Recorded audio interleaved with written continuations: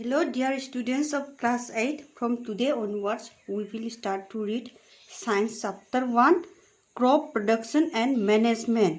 तो सभी के पास किताबें हैं, किताब निकाल दीजिए। और ये थोड़ा लेंदी चैप्टर है, लेंदी चैप्टर होने से भी इजी है। एग्जाम से जो रिलेटेड पॉइंट्स है इसको हम कहानी की तरह बता देंगे आप लोगों को, और क्वेश्चन आंसर को बहुत सुंदर से लिखा देंगे। चलिए आगे बढ़ेंगे।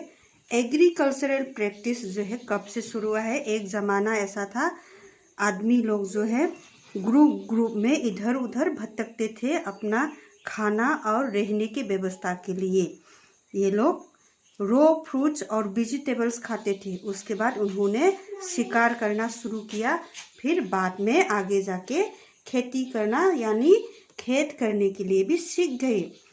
तो उसके बाद खेती का भी अलग अलग एक्टिविटीज है, आगे दिखा रहे हैं। चलिए students, you know that India is a vast country, और इंडिया में सभी जगह पर एक ही क्लाइमेट नहीं है। सब जगह पर क्लाइमेट की कंडीशन अलग अलग है और सोइल भी डिफरेंट है। तो सोइल क्लाइमेट उसी के अनुसार अलग अलग जगह पर अलग अलग फसल लगाते हैं। फिर भी मेनली 2 टाइप्स में कैटेगराइज किया गया है, kharif crop and rabi crop. ये बहुत इम्पोर्टेंट है।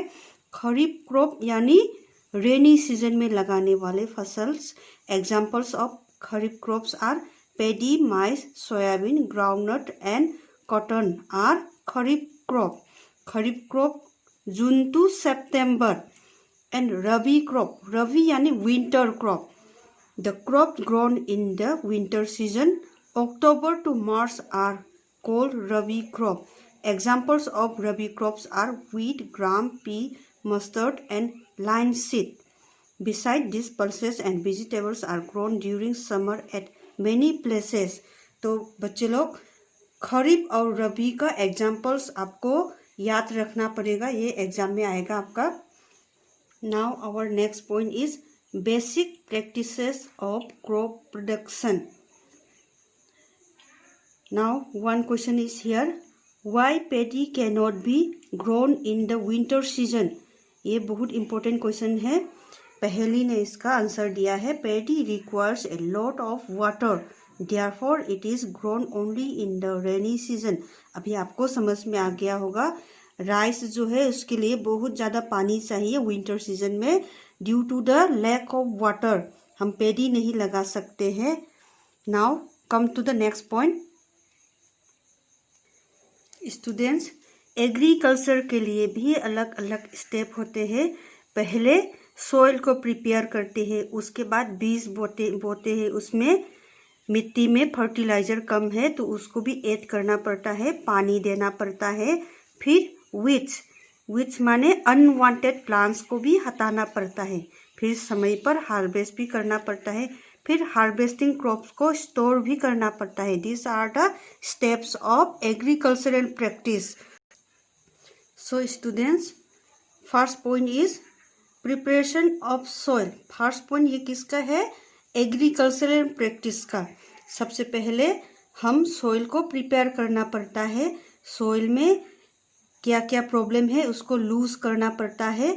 लूज करने से रूट्स जो है क्रॉप्स का अंदर तक जाते हैं, तब ग्रोथ अच्छा होता है। अगर आप अच्छी तरह हिंदी में समझेंगे तो you can translate in English also. Then next point, agricultural improvement. Before sowing the seeds it is necessary to break soil clumps to get better yield. This is done with the help of various tools. The main tools used for this purpose are the plough, hoe and cultivators.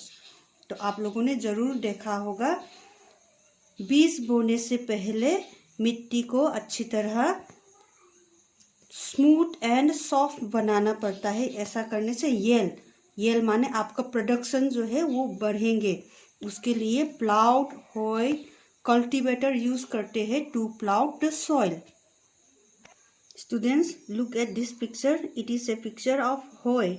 तो ploughed के समय में इसका भी use करते हैं। Now a day in modern time ज़्यादातर लोग ट्रैक्टर का यूज करते हैं टू प्लाउ द लैंड।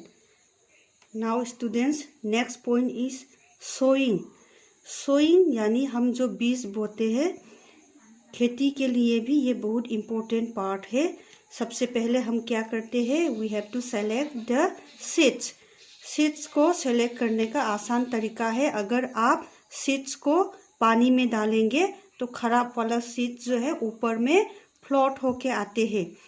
तो सोइंग जो है ये 2 टाइप से किया जाता है, ट्रेडिशनल भी और ड्रिलिंग के मेथड से भी। ट्रेडिशनल मतलब हम लोग स्पाट लेके उसको पुराने ज़माने से जैसे चल रहे उसी तरह पाइप के थ्रू से मिट्टी में डालते हैं। और ड्रिल्स में क्या होता है, मशीन्स के थ्रू से सेम डिस्टेंस में हमारा बीज को डालते हैं।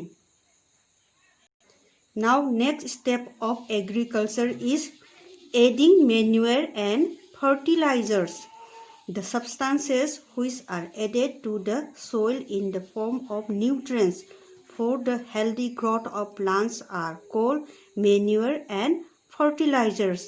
तो स्टूडेंट्स, फर्टिलाइजर्स जो है ये इनऑर्गेनिक है और मैन्यूर जो है ह्यूमन मेड है। इसमें डिकम्पोजेस जैसे काउ डंग इसी तरह यूज़ करते हैं। और फर्टिलाइजर्स जो है ये फैक्ट्री में बनाया जाता है। Students, I think it is the most important point of this chapter, differences between fertilizer and manure। Fertilizer में क्या होता है इसको देख लीजिए stepwise. Fertilizers is a man made inorganic soil and manure is a natural substance obtained by the decomposition of cattle dung and plant residues। इसका मतलब देखिए, फर्टिलाइजर जो है ये मैन मेड मतलब आदमी का बनाया वाला इनऑर्गेनिक सॉल्ट नमक की तरह दिखते हैं। और मैन्यूर जो है ये नेचुरल सब्सटेंस जो नेचुरली निकलता है, डिकम्पोजिशन ऑफ कैटल डंग। जैसे घर में कोई पशु पालते हैं, गाय पालते हैं, तो उसका डंग जो है, पोटी जो है, इसको जमा करके रखते हैं। और कभी कभी प्लांट्स जो है उसको काट के एक जगह पर जमा करके उसको जला के उसका डिकम्पोजेस जो है इसको भी मैन्यूर के रूप में यूज करते हैं। नेक्स्ट पॉइंट में fertilizer is prepared in factory, ये फैक्ट्री में बनाते हैं। And manure can be prepared in the field, ये खुद के खेत में प्रिपेयर कर सकते हैं। Next point, fertilizers does not provide any humus to the soil, ये सॉइल में कुछ भी ह्यूमस नहीं देते हैं। And manure provide a lot of humus to the soil, manure क्या होता है, हमारा जमीन में ढेर सारे ह्यूमस। ह्यूमस का मतलब आप लोग समझ रहे होंगे, जो पत्ते झड़ने के बाद या किसी प्लांट्स मरने के बाद ये मिट्टी में मिल जाते हैं और सॉइल को सॉफ्ट और कोमल बनाते हैं, जिससे हमारा प्रोडक्शन अच्छा होता है।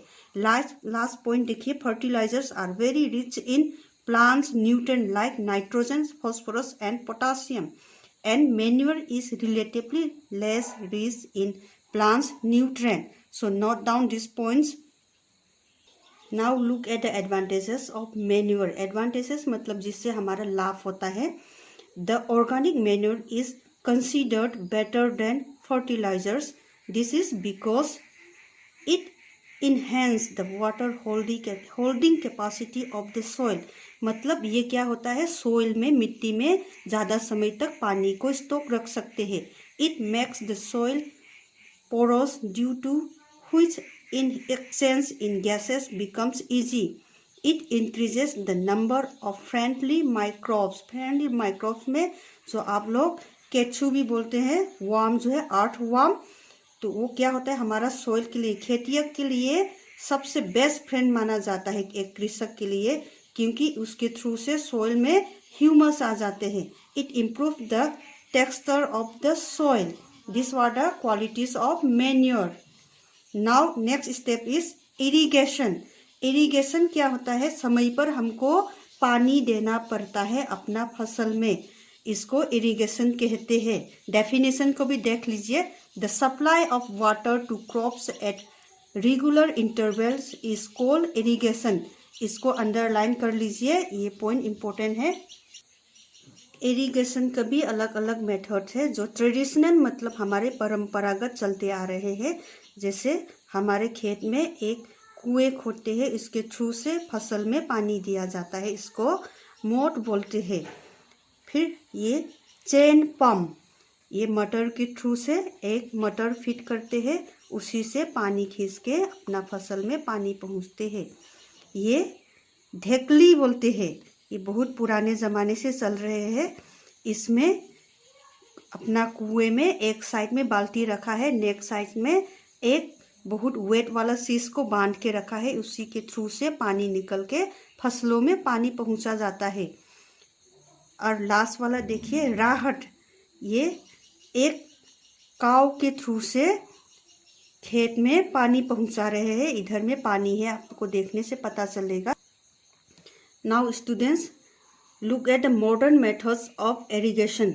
आजकल ज़्यादातर मॉडर्न मेथड अपनाते हैं। मॉडर्न मेथड अपनाने से क्या होता है, आपका पानी वेस्ट नहीं होते हैं। At first sprinkler system, look at this picture. तो इसमें क्या होता है, एक घुराने वाला एक पाइप फिट करते हैं, तो उसमें मोटर के थ्रू से हीट देते हैं, तो अलग अलग जगह पर पानी पहुंचा रहे हैं। पाइप खोल के रखा है। ये अनइवन सॉइल, जहाँ पर हमारा ज़मीन ऊंचा नीचा रहता है, उस जगह के लिए बहुत सुइटेबल है। और next system is drip system. Drip system में क्या होता है, in this system the water falls drop directly near the roots. तो पानी जो है ड्रॉप करके रूट्स तक जाते हैं। तो आप पिक्चर में देख सकते हैं, वेल से पानी आ रहे हैं और पानी जो है अपना प्लांट्स में रूट पर जा रहे हैं। Students next step of agriculture is protection from weeds. Weeds जो अनवांटेड प्लांट्स जो हमारा क्रॉप्स के बीच में आ जाते हैं, उसको वीड्स कहते हैं। तो the removal of weeds is called weeding. तो वीड्स को, अनवांटेड प्लांट्स को रिमूव हटा देना पड़ता है, उसको वीडिंग कहते हैं। तो ये कभी कभी हार्वेस्ट के समय में कभी कभी वीडिसाइड्स भी यूज़ करते हैं। वीडिसाइड्स जो है ये मेडिसिन है, इसके थ्रू से वीड्स को ख़त्म किया जा रहा है। Students next step is harvesting. Harvesting मतलब जब फसल पक जाता है, उस समय फसल को समय पर काटना पड़ता है, उस प्रोसेस को हार्वेस्टिंग कहते हैं। And next point is threshing. Threshing में क्या होता है, हमारा क्रॉप्स का ग्रेन्स जो है, सीड्स जो है, उसको चाफ से सेपरेट करना पड़ता है। चाफ्स मतलब जो पौधा से ग्रेन्स को अलग कर देना पड़ता है। इसको मशीन्स के थ्रू से भी वो करते हैं। मशीन्स का नाम है कंबाइन मशीन्स। आजकल बहुत चल रहा है, ज़्यादातर किसान इसी के थ्रू से ही करते हैं। ये this is the examples of combine machines. And harvest festival, ये इंडिया में हर स्टेट में मनाते हैं harvest festival. After 3 or 4 months of hard work, there comes the day of the harvest. The sight of the golden fields of standing crops laden with grains fills and the hearts of farmers with joy and a sense of well-being. The efforts of the past seasons have borne fruit, and it is time to relax and enjoy a little. The period of harvest is thus a great joy and happiness in all parts of India.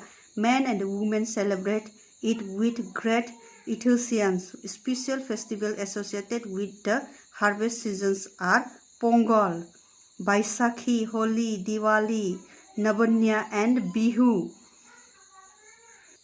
Now students, last step of agriculture is storage. It is very important.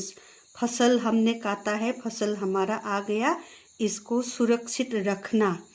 जैसे आप फसल को moisture मतलब भीजा भीजा रखेंगे तो ये spoil या insects या रेट्स भी खा सकते हैं। कभी कभी माइक्रो ऑर्गेनिजम्स भी उसको नष्ट कर सकते हैं। इसीलिए फ्रेश फसल जो है इसको धूप में अच्छी तरह सुखा के आपका ग्रोसरी ग्रेनरी में स्टोर करके रखना पड़ता है।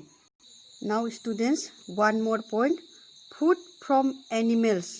जैसे हम खेती फसल से तो हमको फूड मिला है, खेती करके अब अलग अलग फसल हमने अपना खेत से मिला है। इसी तरह एनिमल्स से भी हमको फूड मिलता है। जैसे कोस्टल रीजन में रहने वाले आदमी लोग फिश खाते हैं और एनिमल प्रोडक्ट्स हमको ज़रूरी है, जैसे मिल्क लेते हैं, पनीर, ये सब हमारा एनिमल प्रोडक्ट्स है। डेफिनेशन को देख लीजिए। एनिमल्स रियर एट होम और in farms have to be provide with proper food, shelter and care. When this is done on a large scale, it is called animal husbandry. जिस तरह हमको cultivate करने के समय में अलग अलग स्टेप है, सोइंग, हार्वेस्टिंग, इसी तरह एनिमल्स को हमको पालना है तो उसका भी अलग अलग स्टेप्स है। प्रॉपर फूड देना, शेल्टर देना और केयरिंग, इसको हम बड़ा साइज में करेगा तो उसे एनिमल हस्बेंडरी कहते हैं। Now question answer. तो स्टूडेंट्स, क्वेश्चन आंसर जो है बहुत ज़रूरी है, आप लोगों को उतारना है। Question number 1, select the correct words from the following list and fill in the blank. इसको हमने टेक्स्ट बुक में ही किया है। Number A, the same kind of plants grown and cultivated on a large scale at a place is called crop, CROP, crop. Number B, the first step before growing crop is preparation of soil, preparation. Number C, damaged seeds will float on top of water. Number D, for growing a crop, sufficient sunlight and water and nutrients from the soil are essential. Question number 2 is match item in column A with those in column B. Kharif crop with E, paddy and maize. Rabi crop with D, wheat, gram and pea. Chemical fertilizer with number B, urea and super phosphate. Number 4, organic manure with C, animal excreta, cow dung, urine and plants waste. Now question number 3, give 2 examples of each. आपको सिर्फ example लिखना है। Kharif crop, paddy, maize and rabi crop, wheat and gram. Now question number 4, बाकी question हमने note copy में लिखा है। चलिए नोट कॉपी की तरफ। Students, note down, it is very important. Question number 4 is write a paragraph in your own words. Number 1, preparation of soil. It is the first method to be followed before growing a crop. Point number A, this method is usually employed for loosening the soil to allow the root to penetrate deep into it. Number B, loosening of soil helps in growth of severed soil microbes, earthworms, etc., which enrich the soil with humus and other essential nutrients. Plants require nutrients for their proper growth and functioning. Number C is the process of loosening soil is called tilling or plowing the soil. Number B, sowing. The process of broadcasting seeds in soils to grow crops is called sowing. It is done with the help of seed drill or traditional tool. The healthy seed is selected for proper growth. The distance between seeds must be sufficient for proper growth. And number C is weeding. The removal of weeds is called weeding. Weeding is necessary since weeds compete with the crops plants for water, nutrients, space and light. Weeds are also controlled by using certain chemical called weedicides. Now threshing.